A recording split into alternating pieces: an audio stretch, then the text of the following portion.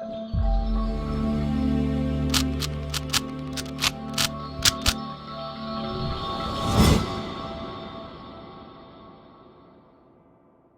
guys, welcome to Viva Classes. I hope you like my videos. If you like my videos, please like, share and support our channel. जैसा कि आप लोग जानते हैं कि हमारे वीडियोस के पीछे एक ही फंडा है, कम टाइम में कंसेप्ट ज़्यादा, क्योंकि आपका समय कीमती है और पूरी कोशिश करी जाती है कि आपको ऐसा महसूस हो कि आप एक टीचर के साथ लगातार कॉन्टैक्ट में हैं और आप पढ़ रहे हैं, लाइव लग रहा हो आप लोगों को। तो आप देखिए, आज हम आपके साथ डिस्कस करेंगे क्लास 12th मैथ्स प्रोबेबिलिटी का एक और बहुत इंपॉर्टेंट टॉपिक जो एग्जामिनेशन परस्पेक्टिव से काफ़ी इंपॉर्टेंट है। 4 या 6 मार्क्स में आपको बोर्ड में इसका क्वेश्चन देखने को मिलता है, दैट इज बेस थ्योरम। तो आज हम इसका कंसेप्ट देखेंगे, साथ के साथ इसके एग्जांपल्स सारे डिस्कस करेंगे आप लोग के साथ। देखिए एनसीईआरटी के एग्जांपल्स जो है ना बहुत इंपॉर्टेंट है।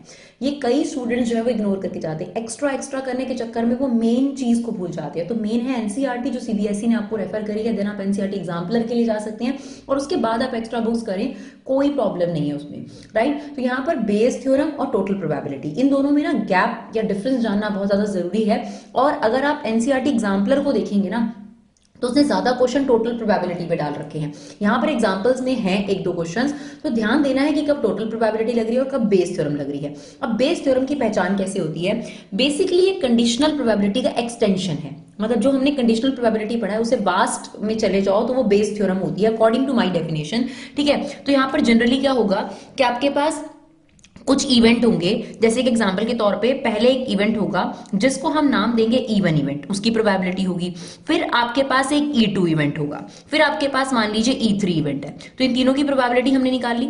अब एक इवेंट ऐसा होगा जो इन तीनों में कॉमन होगा, जो इन तीनों इवेंट में क्या होगा, कॉमन होगा। जैसे कि एग्जाम्पल के तौर पर मान लीजिए कि मशीन ए कुछ प्रोडक्ट प्रोड्यूस करी है, शर्ट प्रोड्यूस कर रही है, तो मशीन ए ने प्रोड्यूस करी, उसकी प्रोबेबिलिटी हमें दे रखी है 40%, कुछ भी आपको दे रखी है, ठीक है ना। मशीन बी ने शर्ट प्रोड्यूस करी, इसकी प्रोबेबिलिटी दे रखी है आपको 30%, और मशीन सी ने प्रोड्यूस करी, इसकी प्रोबेबिलिटी आपको दे रखी है 10%। अब तीनों में कॉमन चीज है कि जब शर्ट प्रोड्यूस होगी तो इट कैन बी डिफेक्टिव, तो वो कॉमन पोर्शन हमने ले लिया defective. Now conditional probability given होगी आपको कि अगर मशीन ए ने प्रोड्यूस करा, डिफेक्टिव होने के क्या चांस है, एक प्रोबेबिलिटी गिवन होगी। और मशीन 2 ने प्रोड्यूस करा और डिफेक्टिव होने के क्या चांस है, मशीन सी ने प्रोड्यूस करा और डिफेक्टिव होने के क्या चांस है। हम यही फॉर्मेट पूरे क्वेश्चंस में और एग्जांपल में यूज करेंगे आप लोगों के लिए। तो पहले क्या था कि आपके पास शर्ट प्रोड्यूस हुई, मशीन ए ने प्रोड्यूस करी, इसकी प्रोबेबिलिटी, मशीन बी ने प्रोड्यूस करी, सी ने प्रोड्यूस करी। फिर कॉमन ये है कि अगर मशीन ए ने प्रोड्यूस करी, डिफेक्टिव होने की क्या परसेंटेज है, मशीन 2 ने प्रोड्यूस करी या बी ने प्रोड्यूस करी तो उसके डिफेक्टिव होने के क्या चांस है, और मशीन सी ने प्रोड्यूस करा तो उसके डिफेक्टिव होने के क्या चांस है, ये आपको दे रखा होगा।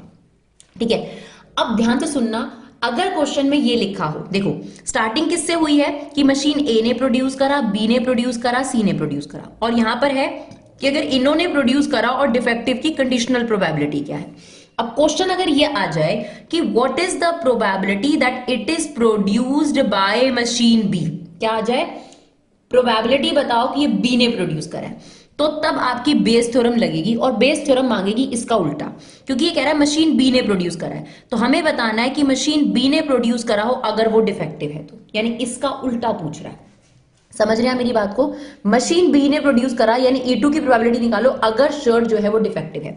तो इसका फॉर्मूला कैसे बनेगा, ध्यान से देखिएगा, probability of E2 into probability of E upon E2 whole upon में, ये तो फेवरेबल आउटकम हो गई, नीचे आ जाएगा, इन दोनों को मल्टीप्लाई करो, probability of E1 into probability of A upon E1 plus इन दोनों का multiply, probability of E2 into probability of A upon E2 plus same इनको मल्टीप्लाई करेंगे, probability of E3 probability of A upon E3।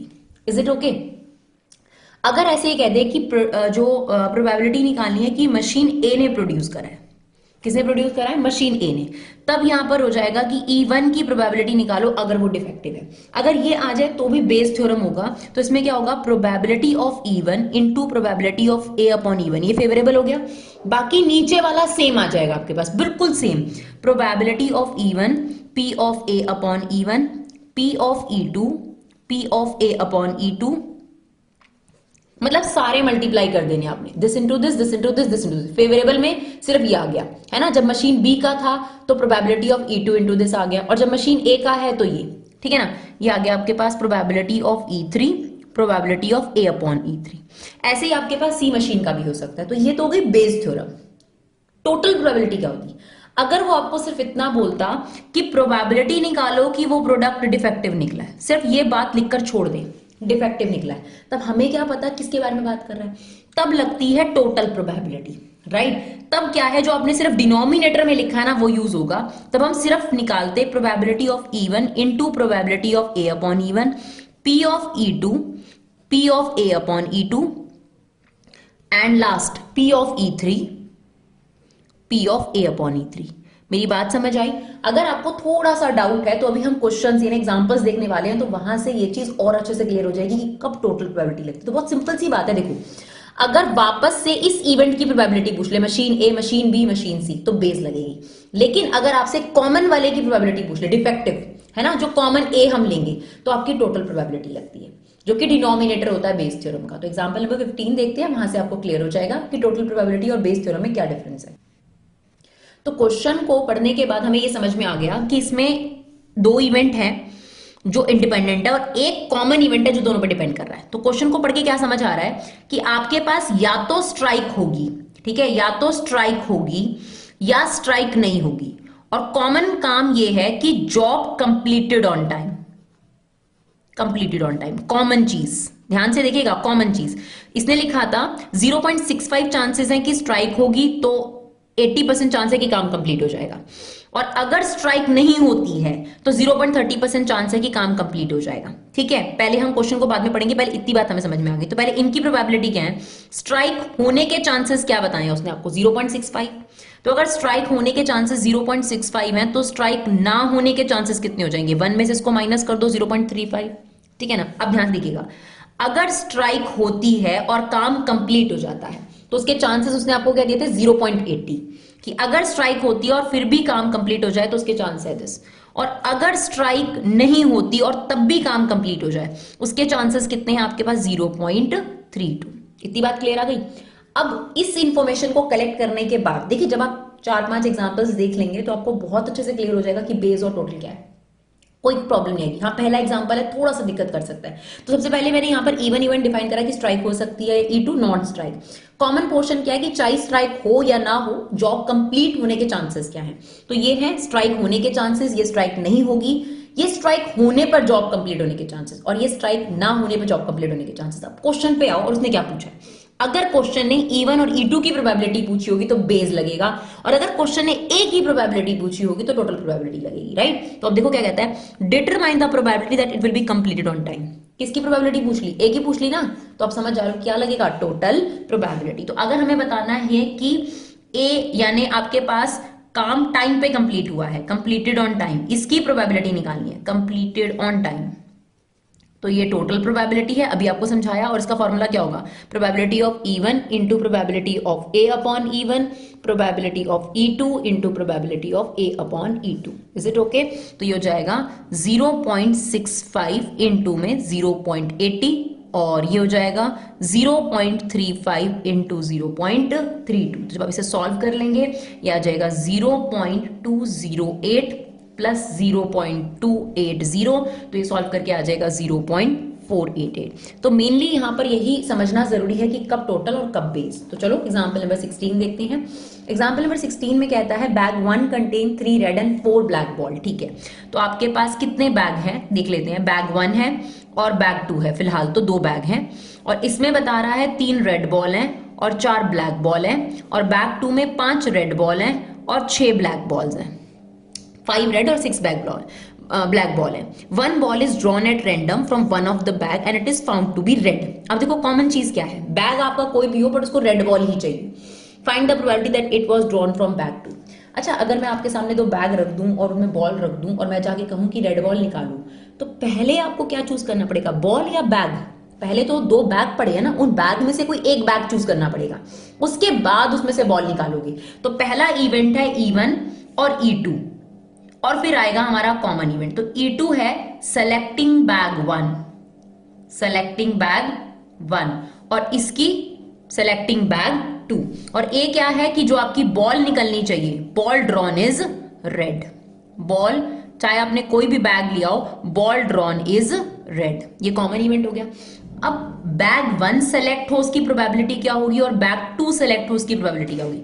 तो bag 1 select हो या bag 2 select हो, दोनों के 50-50% चांस है, तो हाफ और हाफ, क्योंकि 2 बैग है। अगर 3 बैग होते तो 1/3 हो जाता, राइट। अब देखिए, अगर मैंने बैग 1 चूज करा, उसमें से रेड आने के चांसेस, बैग 1 चूज करा उसमें से रेड आने के चांसेस कितने हो जाएंगे, इट इज 3/7। और अगर मैंने बैग 2 चूज करा, उसमें से रेड होने के चांसेस कितने हो जाएंगे, 5/11। Is it okay. अब आपको ये देखना है कि टोटल प्रोबेबिलिटी लगेगी या बेस। तो सिंपल सा फंडा मैंने आपको बताया है, अगर E1 E2 की प्रोबेबिलिटी मांग ले तो बेस, और अगर ए की प्रोबेबिलिटी मांगे तो टोटल। तो क्या कहता है, find the probability that it was drawn from bag 2, यानी उसने E2 की प्रोबेबिलिटी मांग ली, तो यहां लगेगा बेस थ्योरम। तो आपको निकालना है, अगर बैग 2 में से सेलेक्ट हुआ और वो रेड बॉल हो तो, यानी E2/A निकालना है। तो इसके लिए क्या करना पड़ेगा, this into this, probability of E2 into probability of A/E2, ये फेवरेबल हो गया।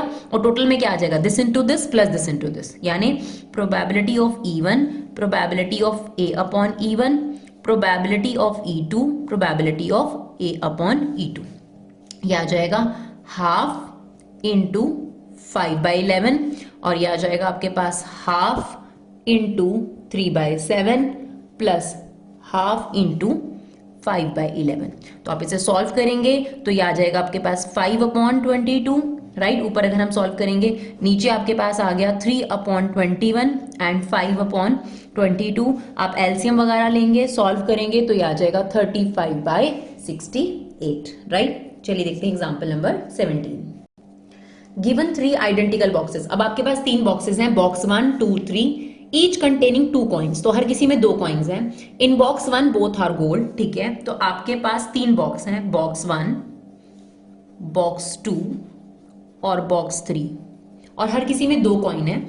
कहता है बॉक्स 1 कंटेन बोथ गोल्ड, तो गोल्ड और gold. Box 2 both silver, silver silver.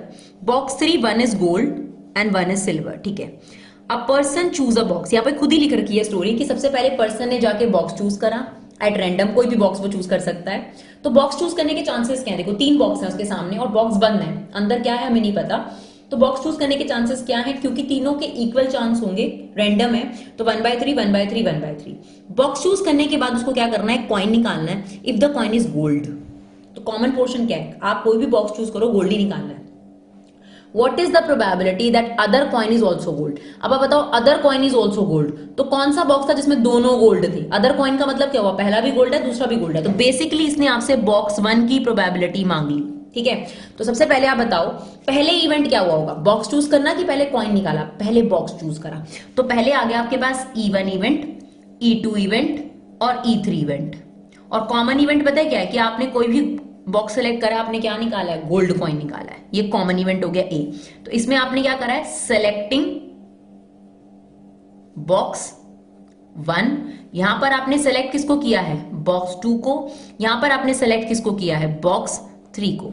अब इन चारों की प्रोबेबिलिटीज निकालते हैं, चारों की भी क्या 6 प्रोबेबिलिटी हो जाएगी। सबसे पहले बॉक्स 1 को चूज करने की प्रोबेबिलिटी हो गई 1/3, बॉक्स 2 को सेलेक्ट करने के चांसेस भी 1/3, और बॉक्स 3 को सिलेक्ट करने के चांसेस भी 1/3, राइट। अब ध्यान से सुनिएगा, अगर मैं बॉक्स 1 चूज करूं और गोल्ड निकले, तो दोनों ही गोल्ड है, 2 आउट ऑफ 2, यानी प्रोबेबिलिटी हो गया श्योर इवेंट, है ना।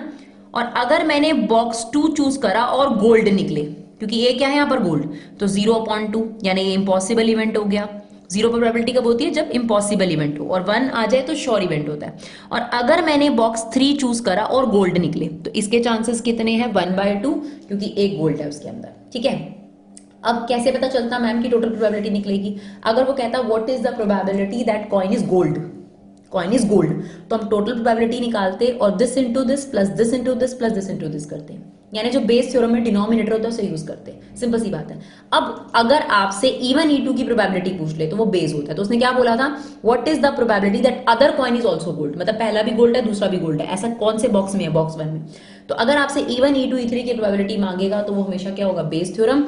तो आपके पास प्रोबेबिलिटी ऑफ बॉक्स 1 की निकालनी है, अगर कॉइन जो है वो गोल्ड है, तो क्या प्रोबेबिलिटी हो जाएगी, probability of E1 into this, right, this into this, probability of E1, probability of A/E1, और नीचे क्या आ जाएगा, नीचे टोटल प्रोबेबिलिटी, यानी दिस इनटू में ये plus same probability of E2 probability of A upon E2 plus probability of E3 probability of A upon E3।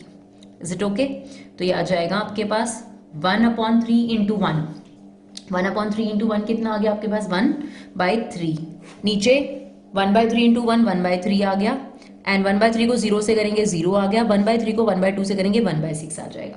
ठीक है, तो आप इसे सॉल्व करेंगे एलसीएम वगैरह लेकर, तो इसका आंसर कितना आ जाएगा 2/3। राइट, चलिए देखते हैं एग्जाम्पल नंबर 18। अब इस क्वेश्चन में थोड़ा सा कंफ्यूजन होता है बच्चों को समझने में, तो ध्यान से ये समझना है कि पहले जो इवन E2 इवेंट होने चाहिए वो होने चाहिए जो डिपेंड नहीं करे, जो इंडिपेंडेंट इवेंट है, और जो ए इवेंट होता है वो E1 और E2 इवेंट पर क्या करता है, डिपेंड करता है। तो क्वेश्चन को पढ़ के पहले ये समझो कि पहले क्या चीज हुई है और बाद में उस पर डिपेंडेंट चीज क्या हो सकती है। तो कहता है suppose that the reliability of a particular test is specified as follows.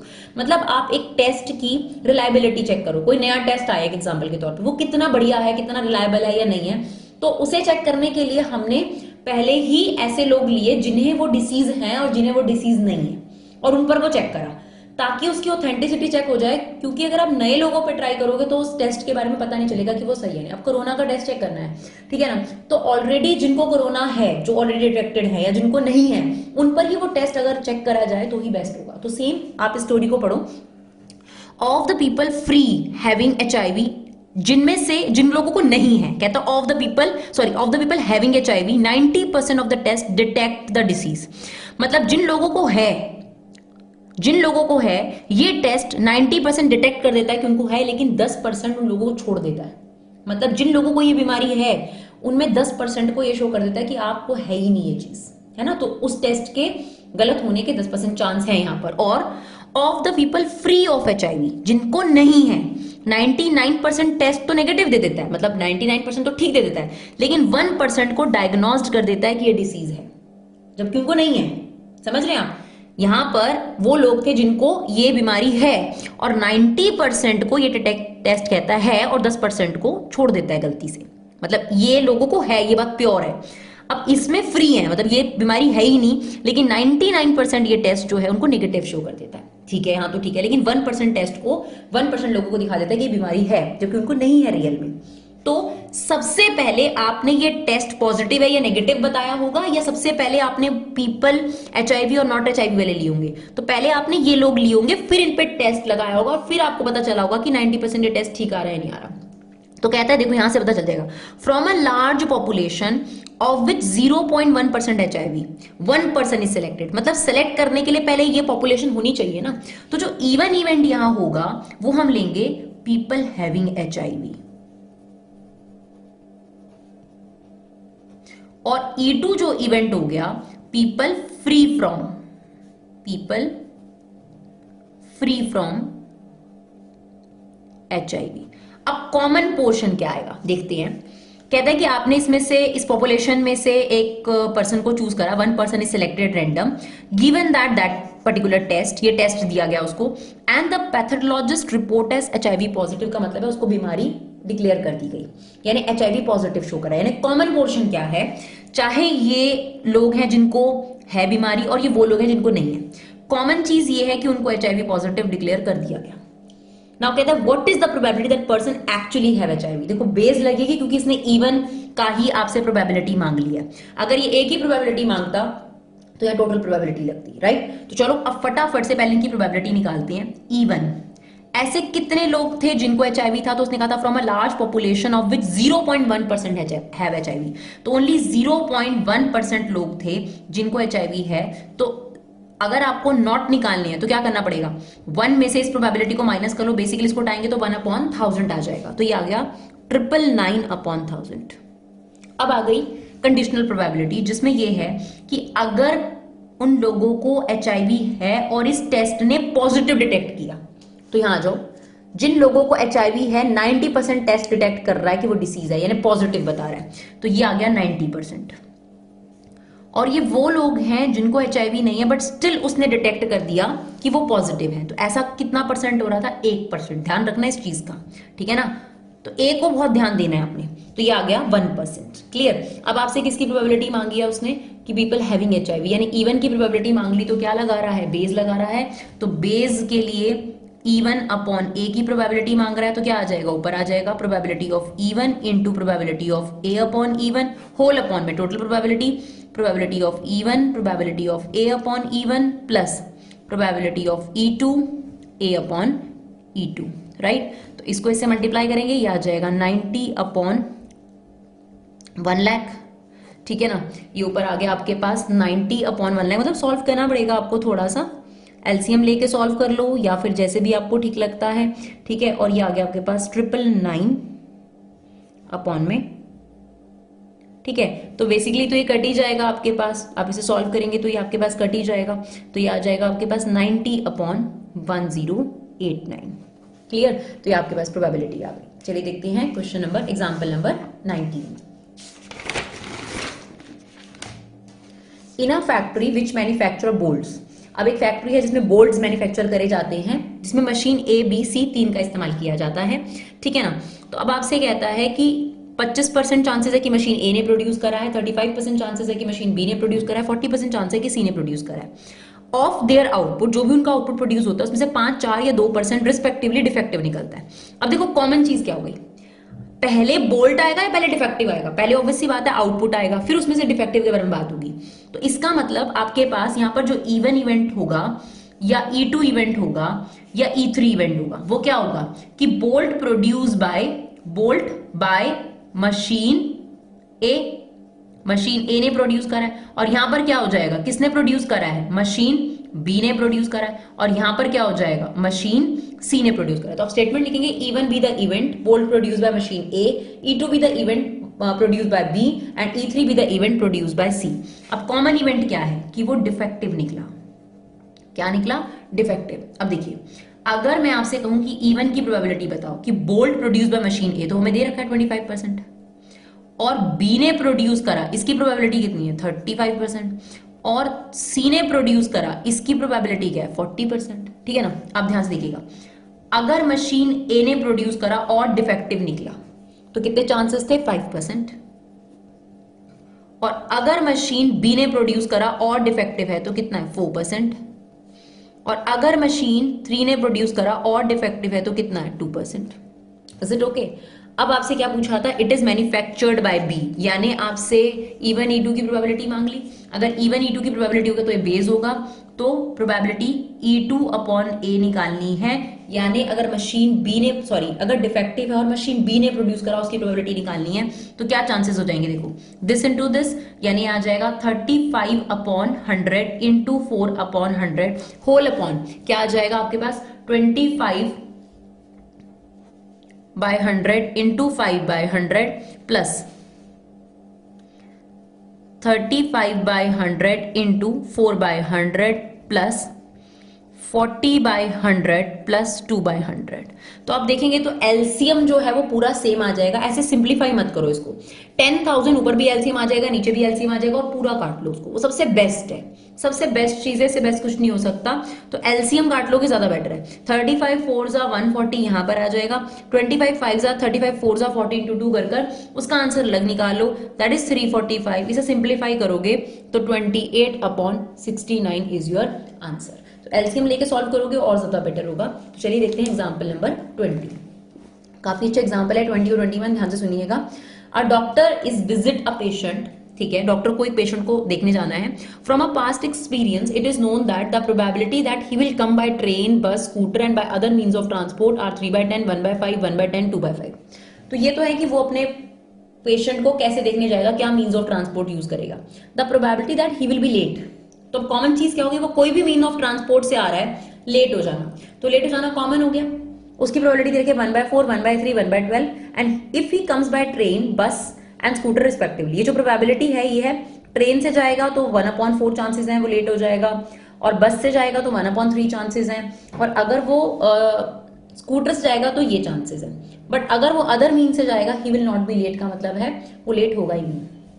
चलो सबसे पहले E1 E2 E3 E4 event बनेगा यहाँ पर। इवन इवेंट क्या हुआ यहाँ पर कि उसने क्या चूज करा है, वो पेशेंट के पास जाने के लिए किसका यूज कर रहा है, ट्रेन का, यानी मींस ऑफ ट्रांसपोर्ट उसने ट्रेन यूज करा।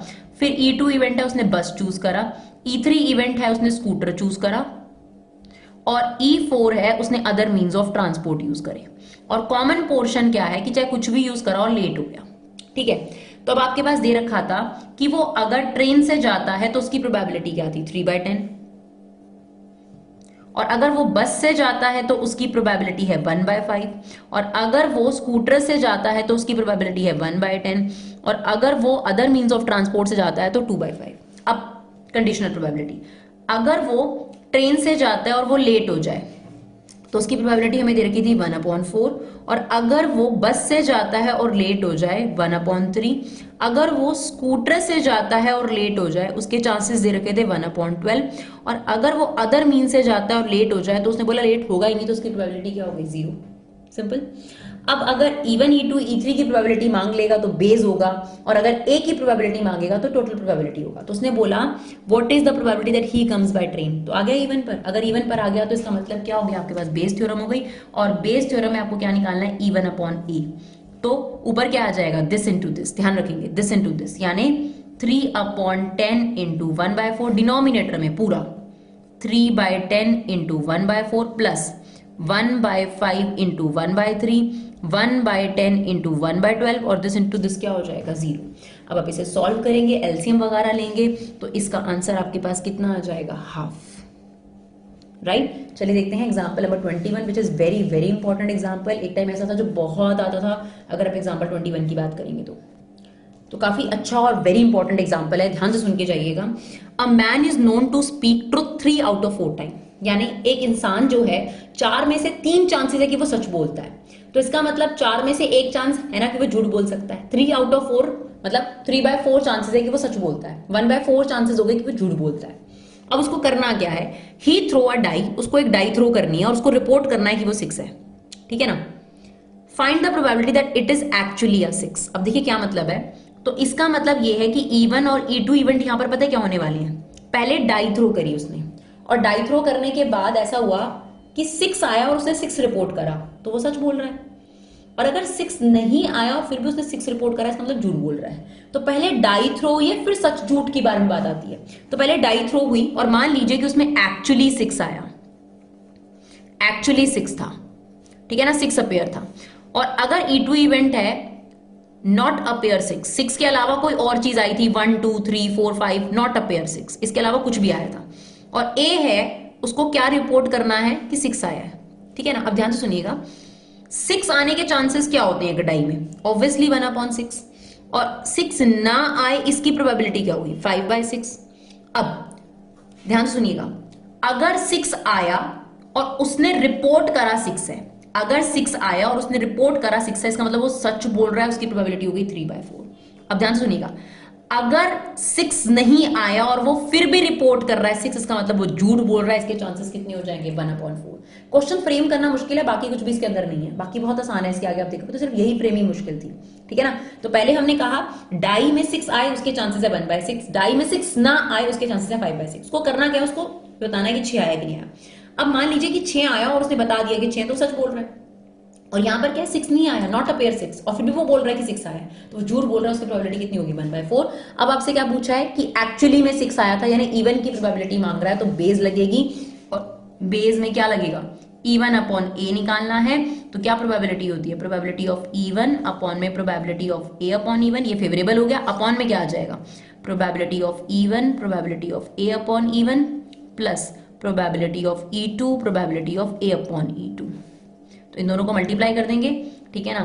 तो ये आ जाएगा आपके पास 1/6 इंटू 3/4, सेम ये आ जाएगा 3/24, और ये आ जाएगा 5/24। ठीक है।